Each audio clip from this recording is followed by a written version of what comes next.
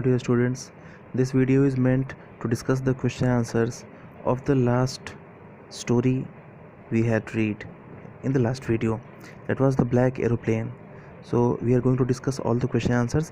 You can download the NCERT application directly into your phones and check out all the question answers there and make your notes. So we will start. First question of the chapter is, I'll take the risk. What is the risk? Why does the narrator take it? मैं जोखिम उठाऊंगा, मैं जोखिम लूँगा, आखिर ये जोखिम है क्या, और नरेटर क्यों उसको लेने की बात करता है? क्योंकि the risk was to fly through the black storm clouds, काले बादलों से गुजर के जाना बहुत बड़ा जोखिम भरा काम था. Narrator took the risk because he wanted to reach Paris to celebrate Christmas with his family. ऐसा इसलिए करना चाहता था नरेटर, इसलिए रिस्क उठाना चाहता था क्योंकि उसे अपने परिवार के साथ क्रिसमस मनाना था, जा कर के घर पे पेरिस जा कर के. Second question, describe the narrator's experience as he flew the aeroplane into the storm. और उन्होंने जैसे उड़ाया उस तूफ़ान में तो उनका अनुभव क्या रहा, क्योंकि जब स्टोरी हम पढ़ रहे थे तो सारी चीज़ें आई करके ही थी, सिंगुलर फॉर्म में थी, जैसे कि खुद हमारे लिए वो स्टोरी लिखी गई हो. तो उसे पढ़ के हमें फील हो रहा था कि हम वो चीज़ें कर रहे हैं. हाँ, हमें अंधेरे में वो आंधी में वो प्लेन दिखा, दूसरा प्लेन दिखा, दूसरे प्लेन में पायलट दिखा. ठीक है, आंसर देखेंगे. As a flew into the storm everything went black. It was impossible to see anything outside the plane. It jumped and twisted in the air.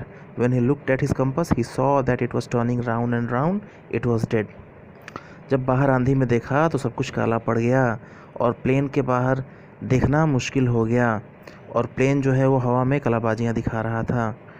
और जब कंपस में देखा तो पता चला कि कंपस बिगड़ चुका है, गोल गोल घूम रहा है. Along with it, the other instruments including the radio were also dead. Suddenly he saw another airplane. उनके बाकी इंस्ट्रूमेंट्स भी ख़राब हो चुके थे, रेडियो और जो भी सारी चीज़ें थी प्लेन के अंदर सब ख़राब हो गई थी. सडनली उन्होंने अचानक से दूसरा प्लेन देखा. Its pilot waved at him asking him to follow. उसके पायलट ने इन्हें हाथ हिलाया और कहा मेरे पीछे आओ, इशारे में. He was glad to find a helper. He was using his last fuel tank and there was only enough fuel to fly 5 or 10 minutes. उस स्थिति में उनके पास 5-10 मिनट उड़ने के लिए पर्याप्त फ्यूल था. Then the other pilot started to go down and he followed. और जो आया था विचित्र जहाज़, दूसरा जहाज़, उसको फॉलो करके पीछा करके ये नीचे उतर गए पायलट साहब, और अचानक से बादलों के बाहर आ गए और सडनली देख रहे हैं कि रनवे पे पहुंच गए, जहाँ से जहाज़ उड़ता है, जहाँ पे रनिंग लेके. On which he then landed his plane safely. और वहाँ पर उन्होंने अपने प्लेन को सेफली उतार लिया. देखेंगे ये आंसर दिखने में बड़ा है, और मैं ये नहीं कहूँगा इसको आप पूरा कॉपी करेंगे या पूरा लिखेंगे. एज अ पायलट के रोल में जाके क्या क्या एक्सपीरियंस हुआ, तो उस चीज़ को बस लिख देना है. हम उस चीज़ को हिंदी में देखेंगे सीधा 3-4 लाइनों में. हमने आंधी तूफान देखे वहाँ पे, हमने कह रहा हूँ मैंने आंधी तूफान देखा वहाँ पे, और दूसरा प्लेन देखा, वो तो खैर बाद में देखा. मैं डिस्टर्ब हो गया, सब पूरी तरीके से बाहर कुछ दिखना बंद हो गया, कंपस बिगड़ गया, और सारी मशीन्स बिगड़ गई, रेडियो ख़राब हो गया, और बिल्कुल सब कुछ ख़त्म होने वाला था कि अचानक से मुझे दूसरा प्लेन दिखा. उसने हाथ हिलाया, मैं उसके पीछे हो लिया, और फ्यूल ख़त्म होने के बावजूद मैं उसके पीछे पीछे होके उतर गया. तो यही है एक्सपीरियंस, इसको ही शेयर करना है. अब इसको लिखने में आप जैसे लिखें अपने तरीके से आंसर्स लिख लेंगे. मैं बता दूं 4-5 लाइनें बहुत होंगी इसके लिए. Next, what is the narrator से, I landed and was not sorry to walk away from the old Dakota. क्यों, मैं खुशी खुशी निकल गया, दुख नहीं किया. जाहिर सी बात है, अभी जान जाने वाली थी. He was delighted to land safely out of dark stormy clouds, therefore he was not sorry to walk away for his plane. अब उस काले से अंधकार भरे तूफान से निकल के आया है, इसलिए उसे अपने जहाज़ से निकलते हुए बिल्कुल बुरा नहीं लगा. He felt bad when he was no able to thank his guide. बुरा तो तब लगा जब अपने पथ प्रदर्शित करने वाले को धन्यवाद नहीं कर पाया वो. His mentor saved him from the frightening situations. इस डरावनी परिस्थितियों में से उसके मेंटोर ने, उसके सलाहकार ने उसे बचाया था.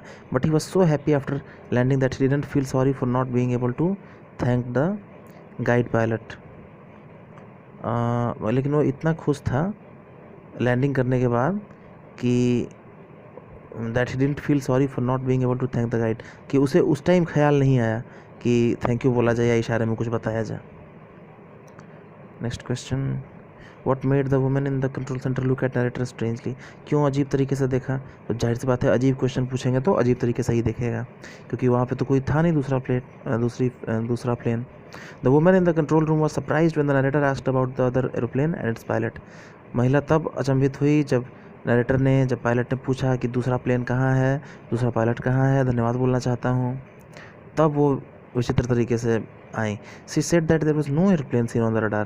वो कह रही है आपके सिवाय दूसरा एयरप्लेन रडार पे दिखाई नहीं है।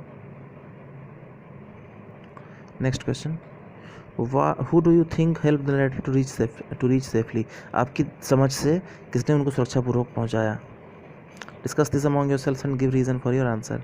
ये डिस्कशन का क्वेश्चन है, इसको लिखने जैसा नहीं है बट डिस्कस कर लेंगे कि क्यों ऐसा लगता है आपको। Probably it was the narrator's own self that helped him through the storm.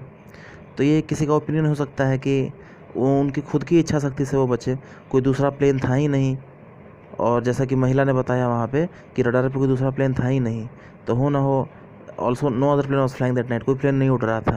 हो सकता है कि उनके डर में, in his fear, he might have been hallucinating, वो कल्पना कर रहे होंगे। He was a good pilot and it might have been his own self that came to his help. हो सकता है उनकी खुद की आत्मा उनकी मदद कर रही हो, उनको उनकी खुद की गवाही दे रही हो। तो इस तरीके से हमने क्वेश्चंस देख लिए। सो आप इस वीडियो को पॉज करके या फिर NCERT का एप्लीकेशन डाउनलोड करके क्वेश्चन आंसर्स के टच में रहेंगे और फेयर बना लेंगे एंड पढ़ते रहेंगे। Thank you so much.